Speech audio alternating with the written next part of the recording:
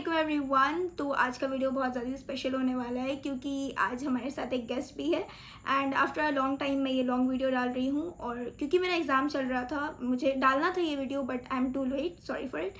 तो आज आप ही कैमरा के पीछे हैं एंड आप ही मुझसे सुबह से बहुत ज़्यादा सवाल कर रही थी कि फ़रहीन ऐसा क्यों होता है, ऐसा क्यों होता है। तो मैं रिसर्च कर ही रही थी कुछ दिन से, तो मैंने सोचा क्यों ना आप लोगों के साथ भी ये चीज़ शेयर किया जाए। आप ही के क्या क्या सवाल है देखते हैं और हम लोग उसका जवाब देंगे। फर्स्ट ऑफ ऑल आप सभी को हम दोनों की तरफ से इस्लामिक मंथ के अकॉर्डिंग नया साल मुबारक हो। तो चलो आप ही लेट्स बिगिन। अस्सलामुअलैकुम रहमतुल्लाहि व बरकातुहू। वालेकुम अस्सलाम व रहमतुल्लाहि व बरकातुहू। तो मेरा पहला सवाल ये था कि मुहर्रम के मंथ में जो अशूरा का रोज़ा रखा जाता है उसकी फजीलत, उसकी इम्पोर्टेंस क्या है? तो पहले तो हम लोग ये जानते हैं कि अशूरा का रोज़ा रखा ही क्यों जाता है। तो फर्स्ट ऑफ ऑल हम लोग ये जानते हैं कि ये अशूरा का रोज़ा क्यों हम लोग रखते हैं, क्या था इसका हिस्ट्री, पहले मैं आपको ये बताती हूँ। तो ना हज़रत हसन हुसैन के शहीद होने से 1000 साल पहले से ये रोज़ा रखा जा रहा है। आप सल्लल्लाहु अलैहि वसल्लम पहले से ये रोज़ा रखते थे। क्यों रखते थे? क्योंकि मूसा अलैहिस्सलाम और उनके कौम को 10 मुहर्रम के दिन यानी अशूरा के दिन फ़िरौन से निजात मिला था। वो लोग उनसे आज़ाद हो गए थे, अल्लाह ने उन्हें सज़ा दे दिया था। तो इसलिए आप सल्लल्लाहु अलैहि वसल्लम पहले से 1000 साल पहले से इस दिन रोज़ा रखते आ रहे हैं। और फिर उनका हज़रत हसन हुसैन का भी शहादत इस दिन हो गया, तो ये दिन और इस दिन का रोज़ा और ज़्यादा फजीलत वाला हो गया। जज़ाकल्लाह खैर फ़रहीन। तो मेरा दूसरा सवाल ये था कि अशूरा के दिन हम 2 दिन ही रोज़ा क्यों रखते हैं, एक दिन क्यों नहीं रखते? अच्छा, हाँ, तो ये क्वेश्चंस हाँ आप लोग के माइंड में भी बहुत ज़्यादा ही आता होगा। मैं भी इसलिए बहुत ज़्यादा इस पर रिसर्च की हूँ। तो हम लोग 2 दिन इसलिए रखते हैं रोज़ा, 9 को और 10 मुहर्रम को, यानी तो 10 या 11 मुहर्रम को। क्योंकि यहूदी जो होते हैं ना, वो 10 मुहर्रम को ईद की तरह मनाते हैं। तो आप सल्लल्लाहु अलैहि वसल्लम ने फरमाया है कि उनसे मुखालिफात में हमें 9 मुहर्रम या 9 मुहर्रम और 10 मुहर्रम या 10 और 11 मुहर्रम को रोज़ा रखना है। हमें 2 दिन रोज़ा रखना है कि उनसे हम थोड़े अलग हो पाए, इसलिए। सही। तो मेरा तीसरा सवाल ये है कि मुहर्रम में मातम मनाते हैं लोग, जश्न मनाते हैं लोग और ख़ुद को फिज़िकली और मेंटली टॉर्चर करते हैं। तो क्या ये करना मुहर्रम में सही है? नहीं। पहली बात तो अल्लाह ने फरमाया है कि आप खुद को कोई भी मंथ में तकलीफ़ नहीं दे सकते, और स्पेशली अल्लाह ने कुछ मंथ्स को मेंशन किया है और उसमें से एक मंथ मुहर्रम भी है। आप इसमें खुद को मेंटली फिज़िकली टॉर्चर तो आप कर ही नहीं सकते। आप अल्लाह की बनाई हुई इतनी खूबसूरत चीज़ है, खुद को मातम में खून से लिपटना, ये सब कोई लॉजिक ही नहीं बनाता है।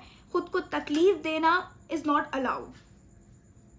तो चौथा सवाल मेरा ये है कि मैं रोड गली गली घूमती हूँ तो मैं नोटिस करती हूँ कि लोग डंके बजाते हैं, डीजे बजाते हैं। तो क्या ये सही है? पहली बात तो इंस्ट्रूमेंटल म्यूज़िक ही हराम है।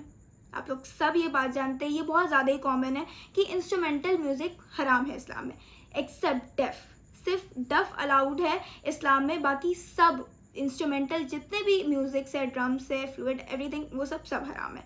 तो आपको जब पता है कि हराम है तो उसको बजाना, लाउड स्पीकर, डीजे बजाना हर जगह, ये सब तो कहीं पे लिखा ही नहीं है। एक और सवाल था जो मैं बार बार सोचती हूँ और मैं ये देखती भी हूँ। इनफैक्ट हम लोग मुहर्रम में बहुत ज़्यादा खिचड़ा शरबत हर जगह बंटता है, तो हम लोग वो लेकर खा भी लेते। तो क्या खिचड़ा बांटना और शरबत ये सब चीज़ ठीक है, इसे बांट सकते हैं? आप बांट सकते हैं, दैट्स ऑल राइट। वो आपके ऊपर, आपको दिल है आप बांटें, बट एक स्पेसिफिक डे कंफर्म कर देना कि नहीं मैं मुहर्रम के दिन ही बांटूंगा जो भी बांटना है, तो वो अलाउड नहीं है। एक स्पेसिफिक डे ही आप रखे हुए हैं कि दम मुहर्रम के दिन ही आप नियत किए हुए कि मुझे आज ही बांटना है, तो ये फ्लेक्स में आ जाएगा। मुहर्रम के दिन एक कोई भी चीज़ को एक स्पेसिफिक डे पे आपको नहीं करना है।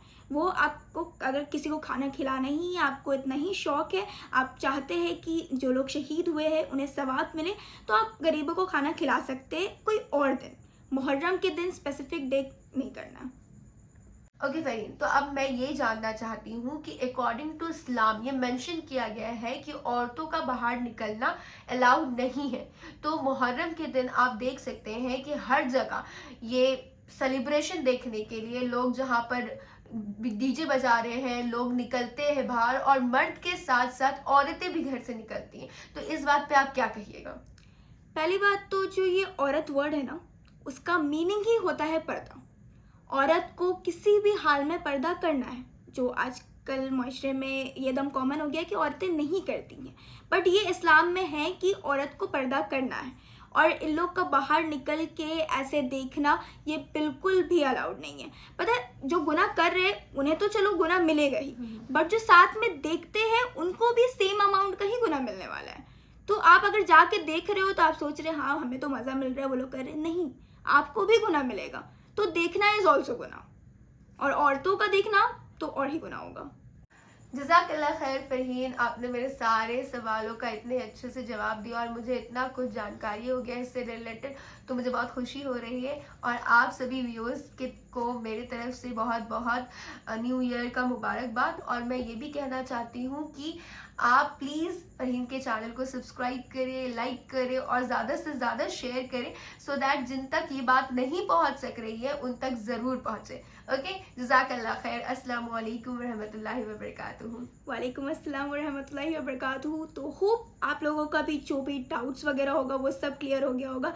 एंड थैंक यू आपी कि आज आप मेरे साथ आई। ऐसे तो आपी मेरा बहुत हेल्प करते ही रहती हैं कैमरा के पीछे से, तो आज बहुत अच्छा लगा कि आप ही साथ में थी। तो होप आप लोगों को ये दोनों बहन की जोड़ी भी बहुत अच्छी लगी हो।